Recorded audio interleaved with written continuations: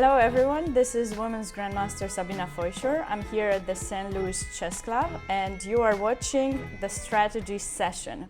So for tonight I've prepared a couple of interesting positions, I think, and we're going to look a little bit at prophylaxis and then bad piece. So of course, you know, strategy in chess, there are a lot of very important topics that you can consider working on, but for today I figured these would be some nice topics. So first of all, let's try to see for the people here in the club, what do you know about prophylaxis? How would you define it? Stop the other guy from, yes, your opponent from doing something that they want. And it was Aaron Nimzovich who came up with this idea of prophylaxis, and he was, I guess, defining it that you want to stop your opponent from some action that they want to do. And typically, from the examples that I've seen, prophylaxis is used more in defense. But for today, I want to discuss attacking. Because, you know, oftentimes we feel that we want to bring our pieces really fast and attack our opponent's king and mate it. You know, we're not thinking too much ahead, we just want to kill our opponent. But I think in attack, it might be even more important. So you kind of stop them from defending and then you continue bringing your pieces into the attack. So this first example that I have on the board is from a game played by Judit Polgar against Smirin in one of the Olympiads. And she reached this position. Let's try to evaluate this position and figure out, you know, who is better, what are White's plans, Black's ideas, and things like that. Anyone would like to share? White has an exchange down, first of all, right? Mating attack, okay, that sounds great, right? But why do you think I discussed prophylaxis first? So basically, White has opened up the h file, certainly has sacrificed the exchange in that there for a knight in h5, and now has the h file open. And the weak squares in Black's position are, well, mostly h7, right? The h file, the entire h file. And Black's last move here was queen e8. It's very important to think about our opponent's last move and what they might want to do. Obviously, when we see the h file, and the reason we sacrifice with White the exchange is probably to play bishop d3, right? Rook h1 if necessary, and then we'll mate in h7. Or knight g5, of course, is another idea. But thinking ahead on what our opponent might want to do here can help us make the right move, the move that will give Black the least amount of chance of defending. If, for example, we would play in this position, bishop d3, what do you think Black's answer will be? It's kind of, it's not a f5, right? Offering the queen trade. And then what to do here with White? I mean, we'll try to avoid the queen trade when we attack, especially also because we don't have the same amount of material. We will retreat. And then let's say they play queen g6, bringing the piece to defend. So now h7 is not going to be such a big issue for Black. Of course, we can maybe capture in d6, pawn takes, and then maybe knight d5 would still give White a pretty good position. But how about our attack? White is less likely to win this position because of a checkmate, certainly. So going back to the starting position, having had a little bit of help, what do you think White did here in order to prevent f5 and be able to continue their attack without being very worried that Black will be able to stop the attack? So here comes the idea of prophylaxis. Basically, Black's threat here, defending threat, with f5 is the fact that they open the queen, so you cannot take, for example, en passant, right? Because the queens are going to be traded. Well, in fact, your queen will be attacked. So in this position, Judit played this amazing move. I mean, I like it very much. Queen h3. And this move stops f5. Because now you're not offering the queen trade, and if black were to play f5 in this position, bishop c4 check, what does black do?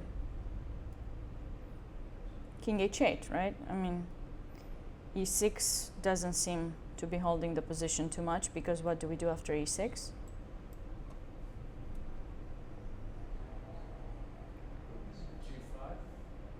I think knight g5, yeah, knight g5 looks nice.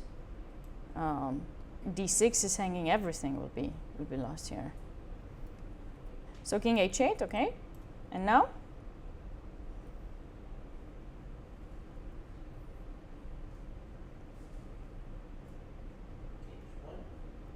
Knight g5, h6, and we can take. And this position is close to winning for white, because, for example, if black takes, what do we plan on doing? Rook d6.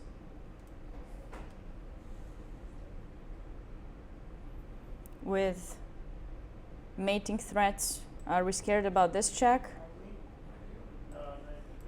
Yeah. And I think black is running out of good moves.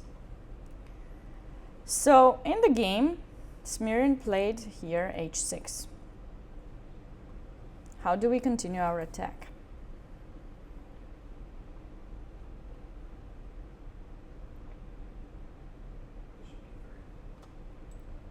Bishop d3. Knight b4.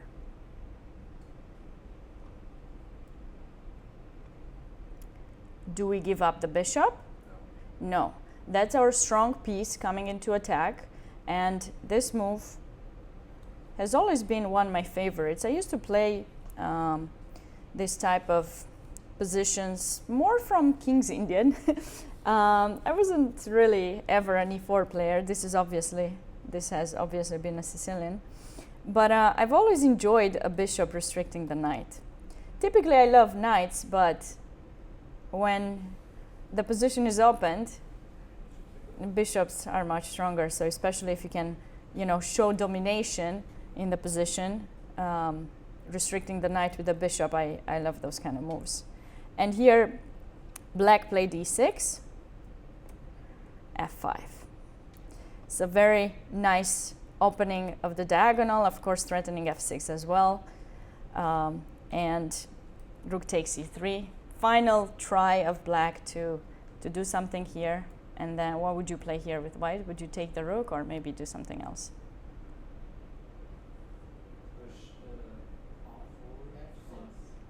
f6. Queen b5.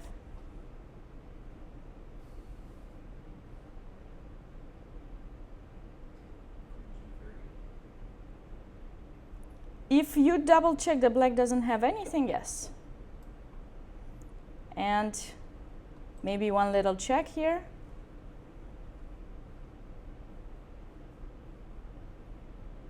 What do we do?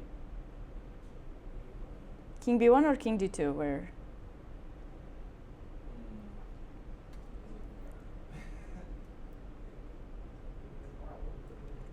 Pretty much anywhere. After queen g3, the game was over. But typically, people like to give a final check. So you can go either way. There's what is black going to sacrifice here? No. Right. So the mate is coming. So I think if we go back to the starting position, this queen h3 is just a really important move for white. Other moves would have given white again like a very strong position, but if you want to finish the game with mate, and Judit is known to have been quite an aggressive and a very good attacking player, and I really enjoyed this move from her. Okay. between Timman and I think I forgot the name. Let me double check. Karpov. Karpov was with black in this position. Timman had white and Karpov black. Have you seen this position before? Yes, yes. But have you seen this particular position or no? No? Okay. So what do we think about this position?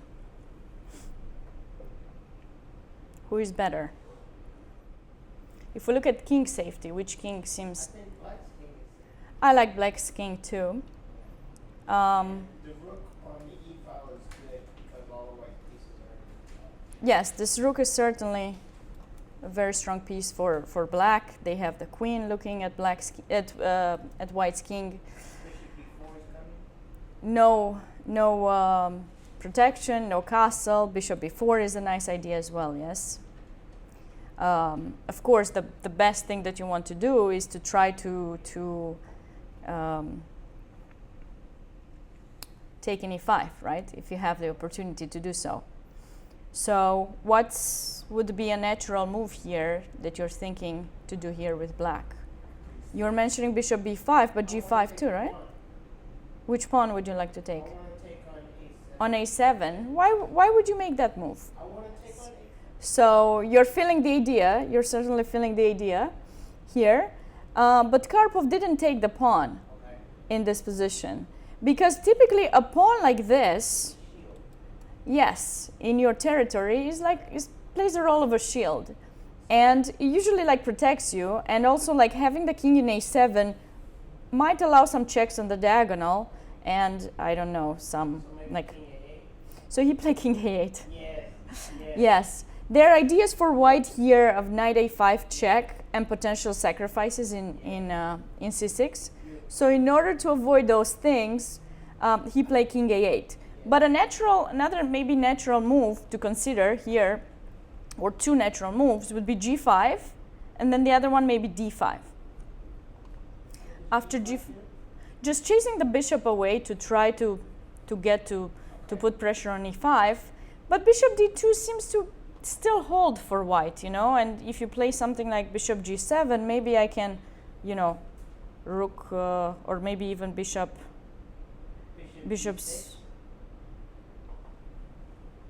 Bishop where? After bishop g? Instead of g7. You want to play bishop d6? Yes. Okay, and what is the difference if I consider playing bishop c3? Okay. It's quite similar.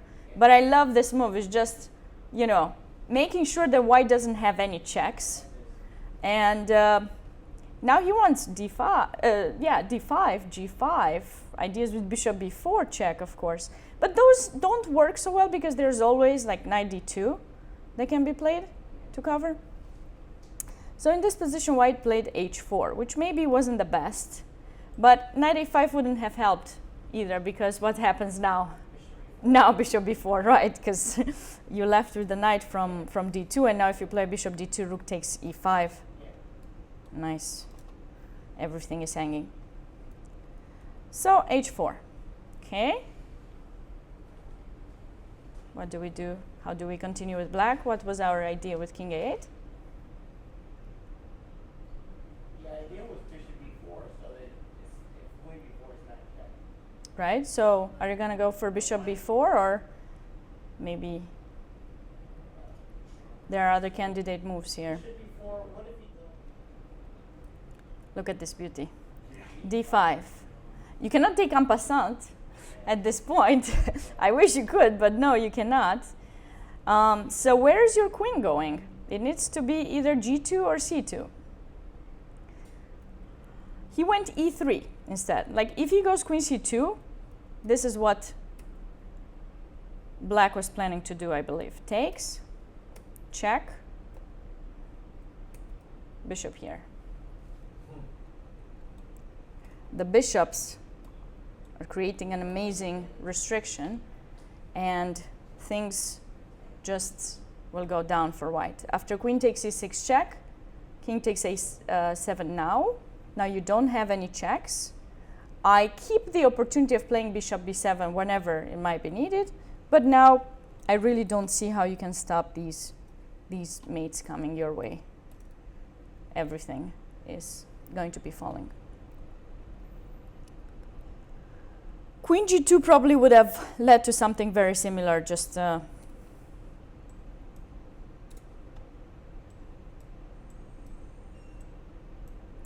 and okay, then we also have bishop e4, depending on where you go. You cannot really go to d2 with the king, because this will be hanging as well. So F2?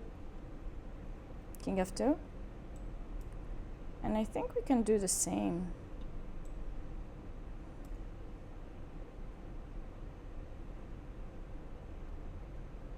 King G1?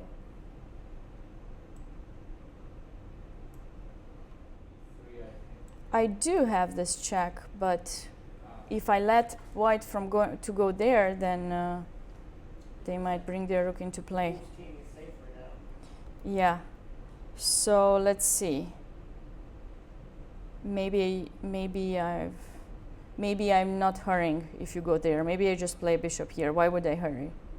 After all, right? I don't need to hurry.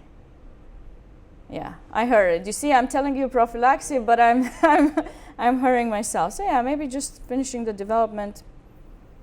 Material is quite fine. Your king is still completely in a mess here, and we're just trying to open up the position the best way we can. In the game, queen e3 was played, g5. Now the queen went away from the protection of the rook, so you cannot capture with the pawn anymore. And after bishop takes g5, what did black have in mind?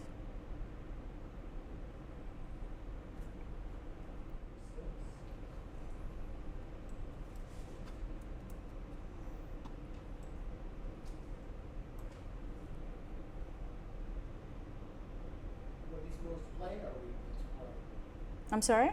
Were these moves played? No, bishop b4 was played. Okay. But, I mean, this is probably fine too. Black has such a great position. He played bishop here, check, king f2, check, king g2. If bishop f4, we simply take. You cannot capture back. King g2, and rook takes e5. And now,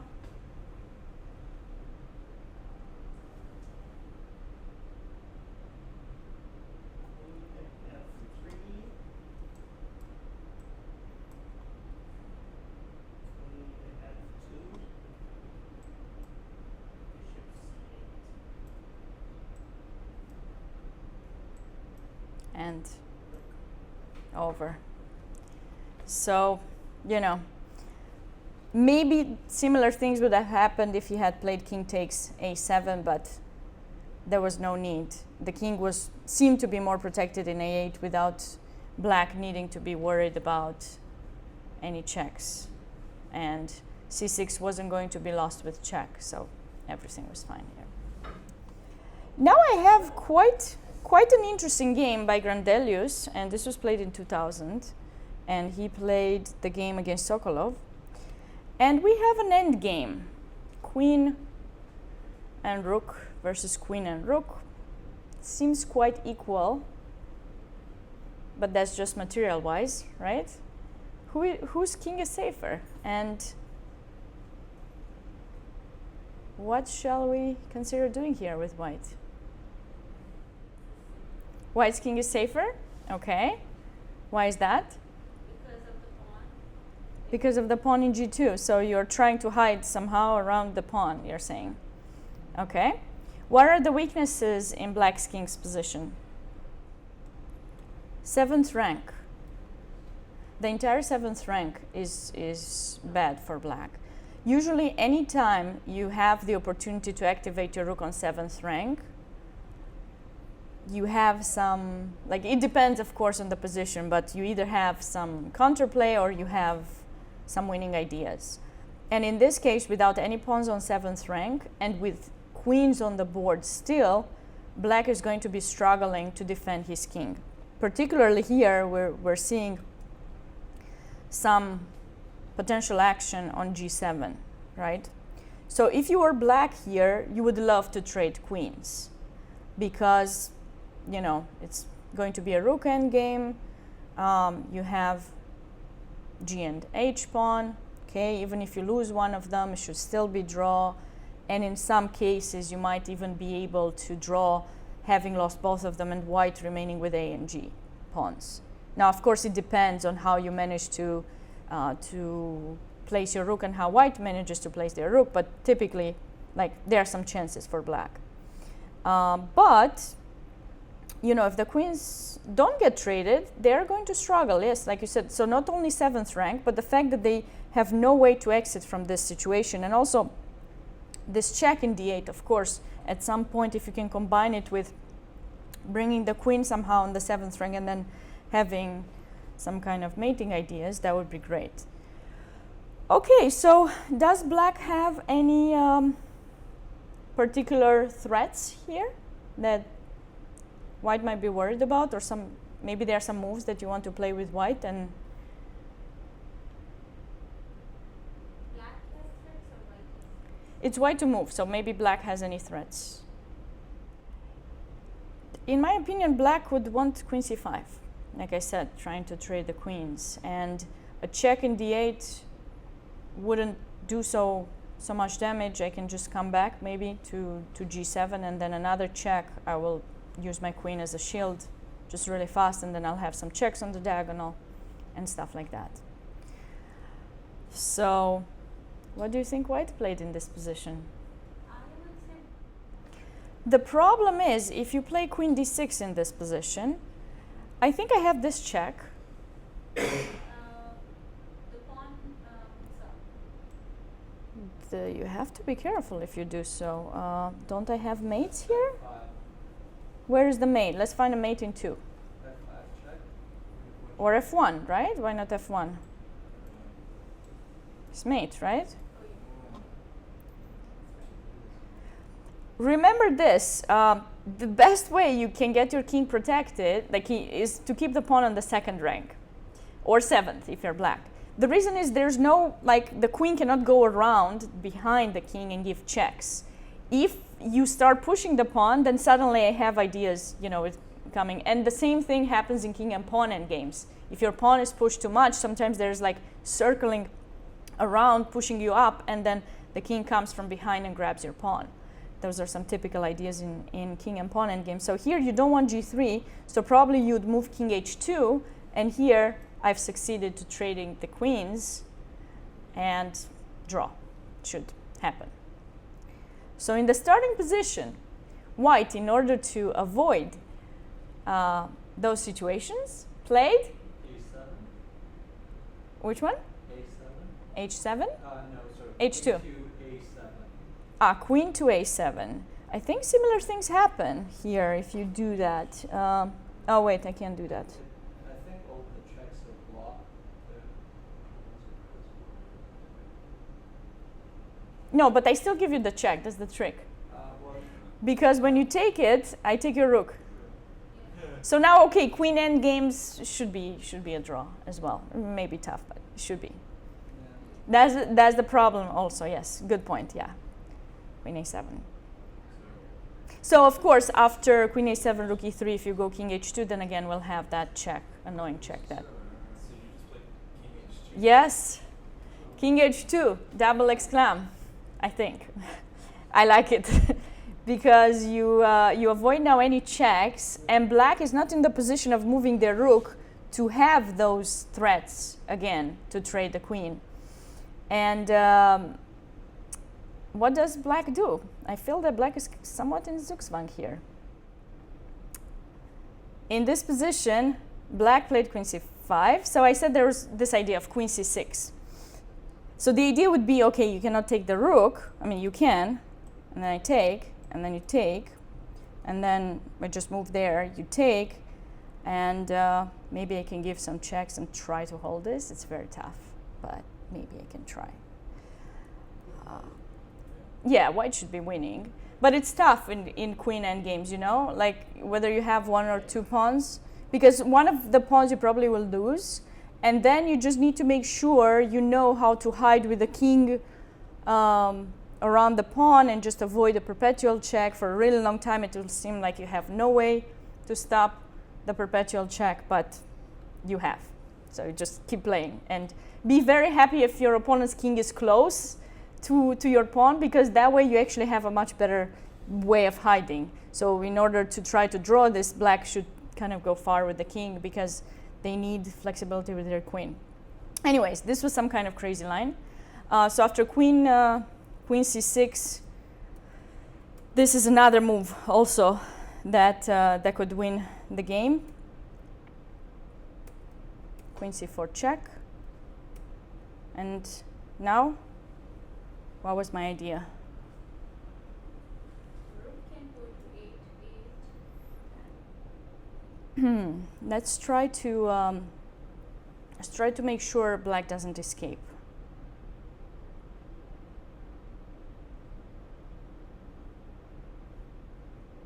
Check. And in this position, if you move the king here, for example, what do I want to do? Yep. Thank you. If you go to e8, same thing, right?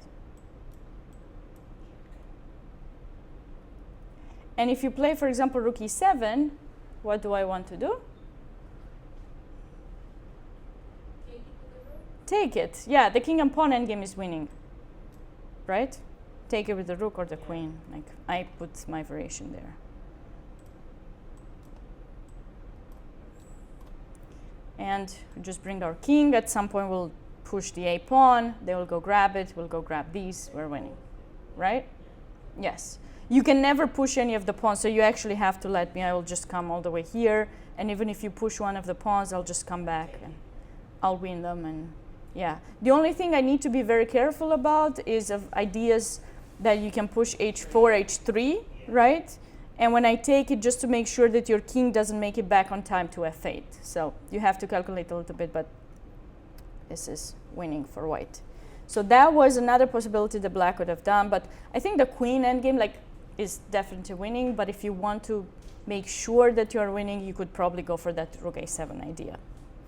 But in the game, black played queen c5. Okay, let's try to see. What was white? Exchange. Do we exchange the queens? No. We don't exchange because we had these mating threats, right? If we trade queens, then the rook endgame will be a draw, right? We have no chance to mate them. Even if our a pawn is far and everything, and We will maintain the column with the queen. okay, And here in this position, like I found the game, I was checking, and it seems like black resigns. So I've added some line here to double check everything. So we have like some clear threats, right? So probably black's only move here would be rook f5, and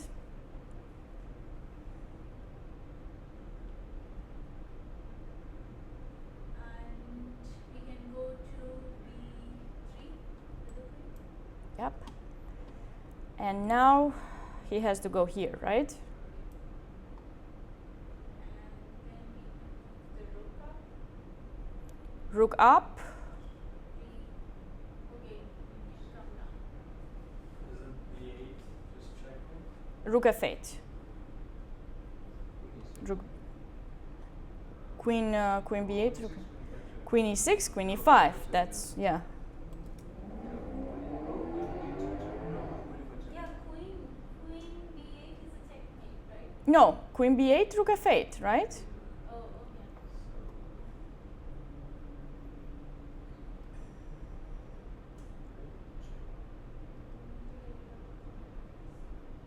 Keep going on the line. Queen b8, rook f8, and now?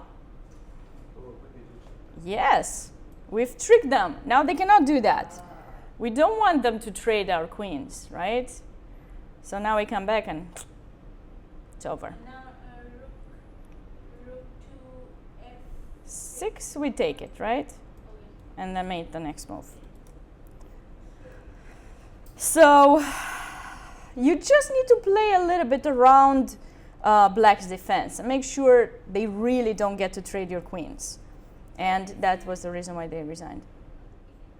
We cannot go to b2 directly because there is a check, counter check.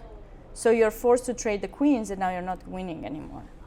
That's why by giving that check, you distract the rook from the control of the file and oopsie, sorry. And here. So they went there. So we do this check, we give this check. They cannot play rook f8, we've already seen, then you come back. And if they go queen f8, rook d8, over. No checks, nothing. And even these pawns, like sometimes these pawns could do some kind of damage, like g4, g3 with check, but by playing king h2, we saved ourselves from everything. And I think the great part about this position was the fact that the rook was not able to move, and that's why this move was so awesome, king h2. If the rook would have been able to move and black would have, you know, traded queens, of course, this would be another story, but we didn't have that. Okay, so those were my examples with prophylaxis, and I wanted to also discuss a little bit bad piece. So we've come up with some other examples. Don't know why it keeps.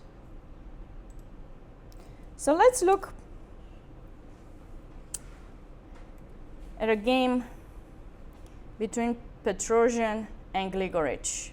And this is not the typical maybe example that we would see by Petrosian, right? He was a very good positional player, and I don't particularly like his position here with white. Why do you think so? He has an extra piece, but why don't they particularly like white's position? Because its bishop is just sitting there doing nothing. The bishop is doing nothing. The queen is bad. The queen. King is bad. The queen. The queen is in h1. Look at that queen. Both knights are silly. The knights are not doing so bad because they can come to e4. And the bishop is on the diagonal. Anytime I just make sure it's protected, I can move the knight and offer the trade. I do have an extra piece here for a pawn, okay, with white, but Rook is sitting. rook in a1 also doesn't do so much yet. But the worst piece right now, we have the queen in h1, okay? So f3, yes. And I was trying to check this example. I was trying to analyze it a little bit with the engine, and it seems that nowadays, you know, this position is not as bad for white. There were some ways to kind of hold, and even with that queen in h1, that cannot exit from there for a really long time. Who would I want to see Magnus play this. Magnus to play this? Well, I mean, I'm sure he would not enjoy it, but Smartest human, like, this is very different. I'm sure he would be able to hold without too much problem. But okay, I don't know. But certainly in this position, white is going to be struggling a lot. So what is our plan with black? I mean, okay, the queen is struggling, but still it seems like we have a lot of pawns that are restricting us. If we're thinking to mate white, it will not really happen so easily. So what to do? What's our plan?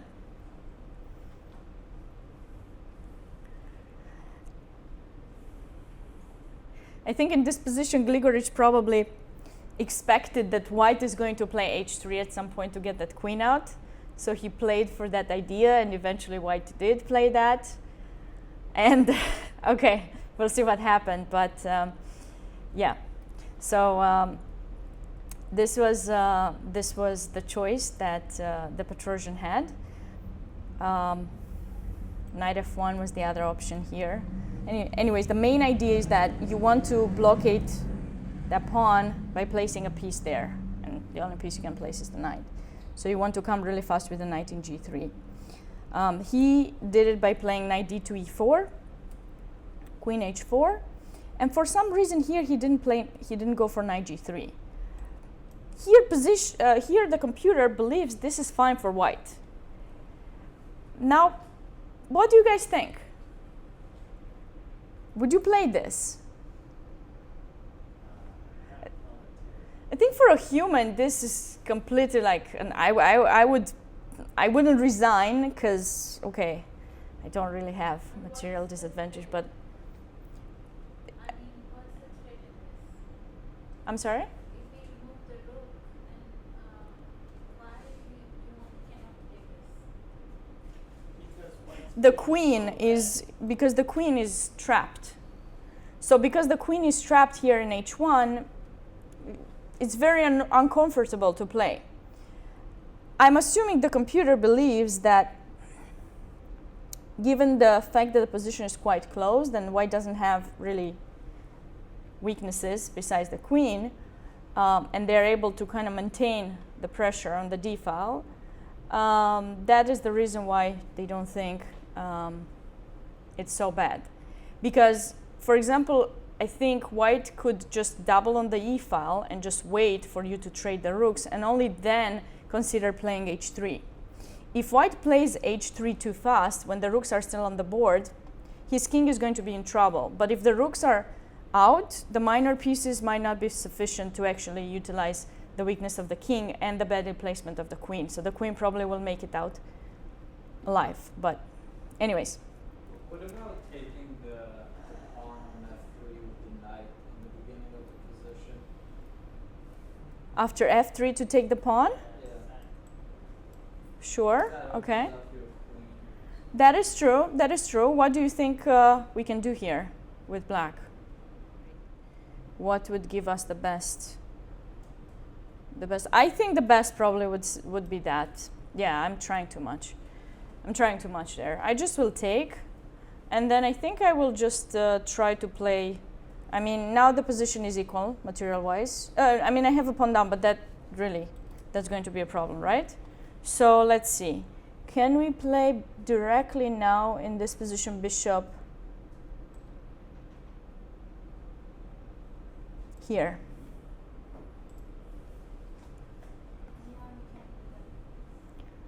Let's not complicate things too much. I mean, okay.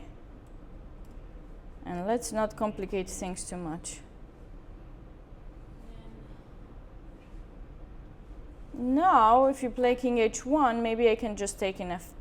Instead of moving the king, we can do the bishop to g6 because Yes, but I want to utilize the g file for my rook. If I play bishop g6, I already give up my option for some time to play on the g file. But this way, I still have, if I play king h8, I still have the pressure. Although if you play king h1, I can't take. You're right.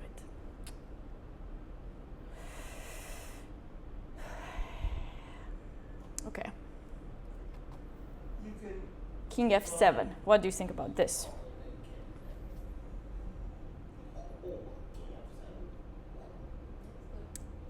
Well, I was thinking if I play king h8 and you go king h1, I can't take in f2 because you'll have a discovery from your bishop. So if I'm here, of course you can play king h1, but then I'm thinking maybe rook g8, bringing the queen.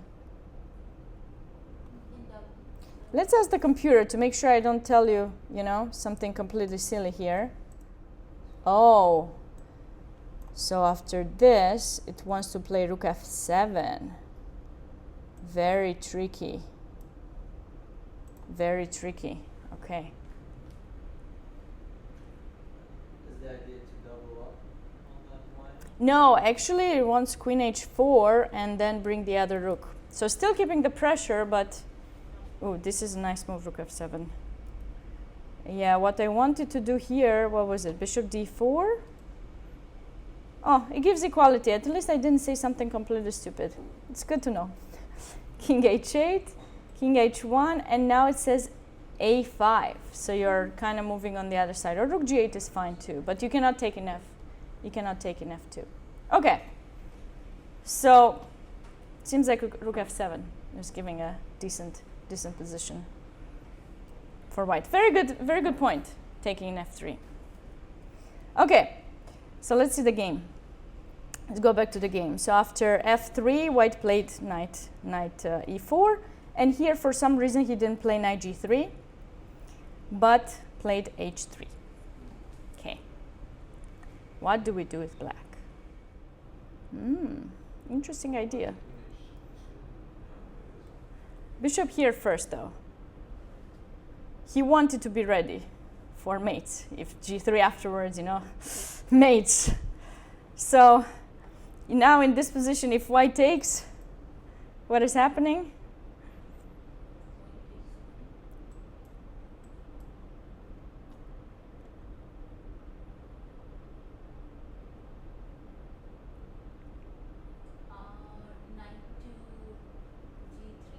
No, it's black to move here. It's taking the file and the knight is standing. So we need to move the knight. Bishop c3. And now what do you do? With which piece do you take back? A rook.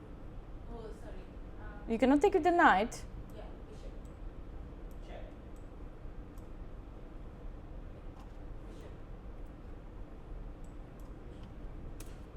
It's like a Now you two pieces. Still that. Right? But rook can take it, right? Okay, queen takes back.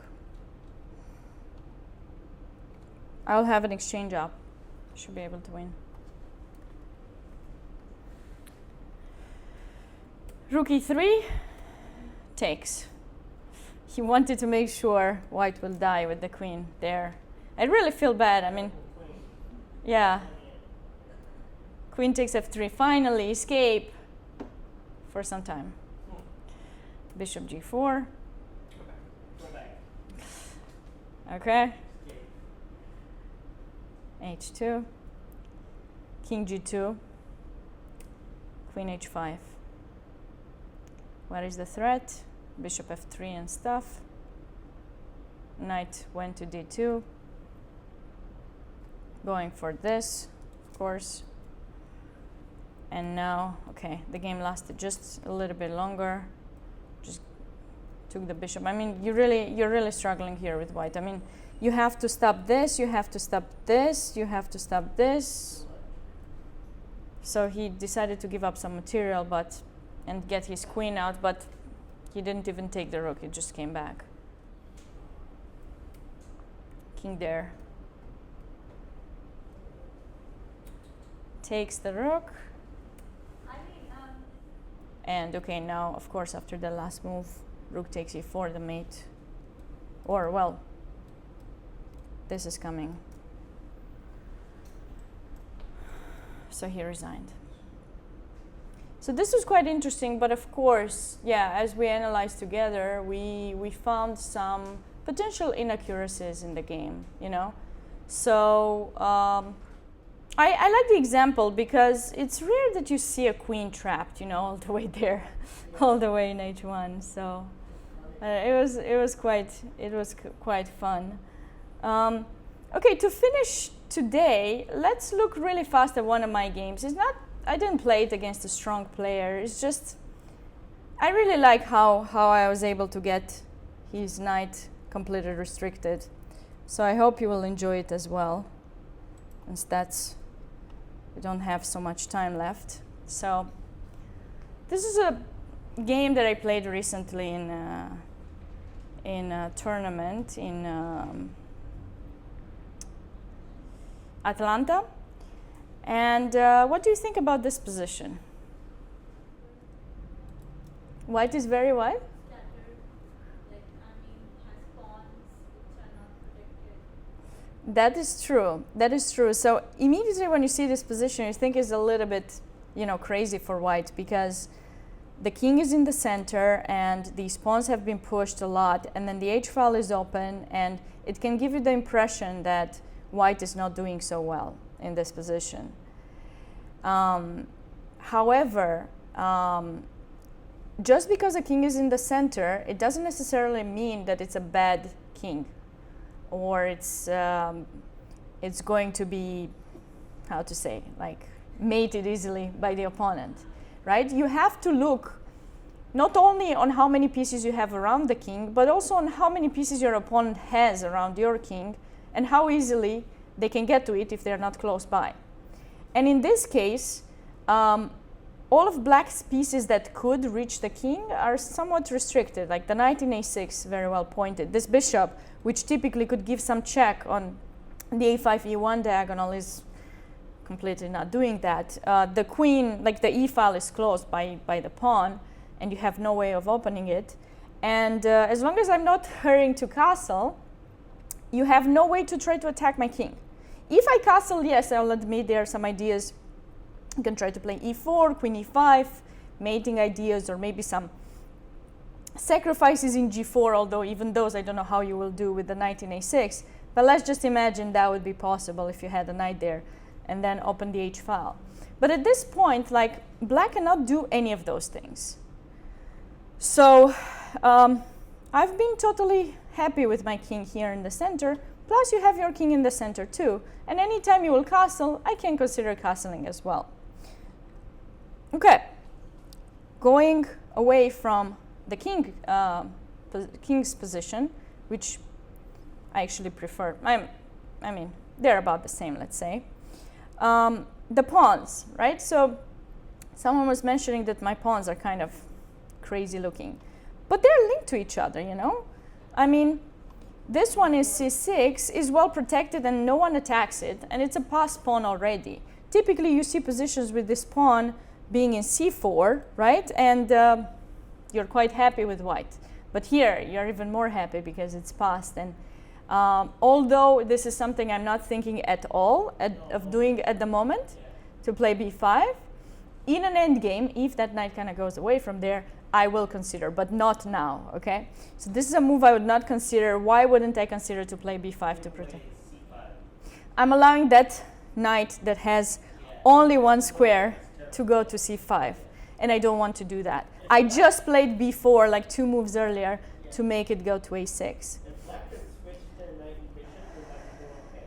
Yeah, if they could switch them, yeah, I wish there was there was that opportunity sometimes, you know, to improve your minor pieces like that. That would be so awesome. But I of course, for this position, for this game, I'm happy it's not possible. What else? Okay, in this position, so if black is trying to somehow make this position work, it's going to be like maybe rook d8 definitely to get the rook. If somehow I ever have the chance to push your knight to b8, you will be having 2 dead pieces over there that cannot move. And probably that's what he would try. Also, I have to say, I'm quite proud of my bishops. I'm pretty happy with my bishops. They're great. Like this one keeps any e4, e3 that could open up somehow the position. And also stops any kind of, you know, queen activity in g5, right? Everything, like, keeps my king safe in case of some check somehow. And this one is certainly creating some dangerous ideas. If ever you move your bishop, c7 will be a problem. Okay, with that said, what do you think I played here with white? Let's hear some candidate moves. Yeah, but if you play queen d5, can't I just go rook d8?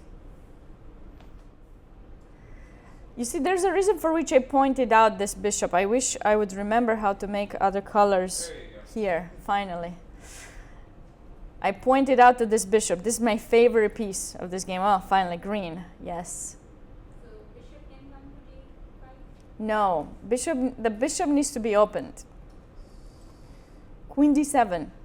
Oh, you did play it. Okay. I didn't hear that. Did you say it? No, I didn't. Oh. I was thinking it though. Okay. I thought that king d7 is going to be okay. Okay. So He went there. Wait. Can He- you take? No. Take? No, because then take the rook. Take. And here, it's totally up to me if I want to take the exchange or if I want to take your knight.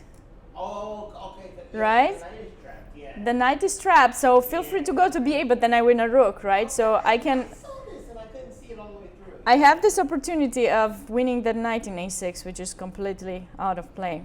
And that was my idea. And you know,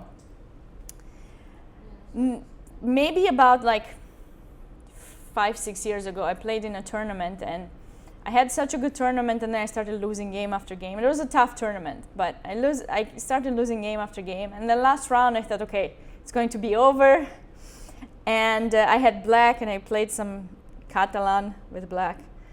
And I lost a game because of this kind of idea with a bishop in b7. Like a bishop would, like a knight move to g5, opening this bishop. And there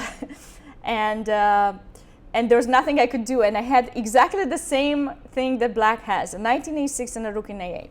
And since then, I told myself, I will remember that idea forever. And if I ever can do it, I will do it. I mean, typically after a painful loss, you want to forget about those games, but I wanted to make sure I learned something, so I kept that idea in mind, so that wouldn't work.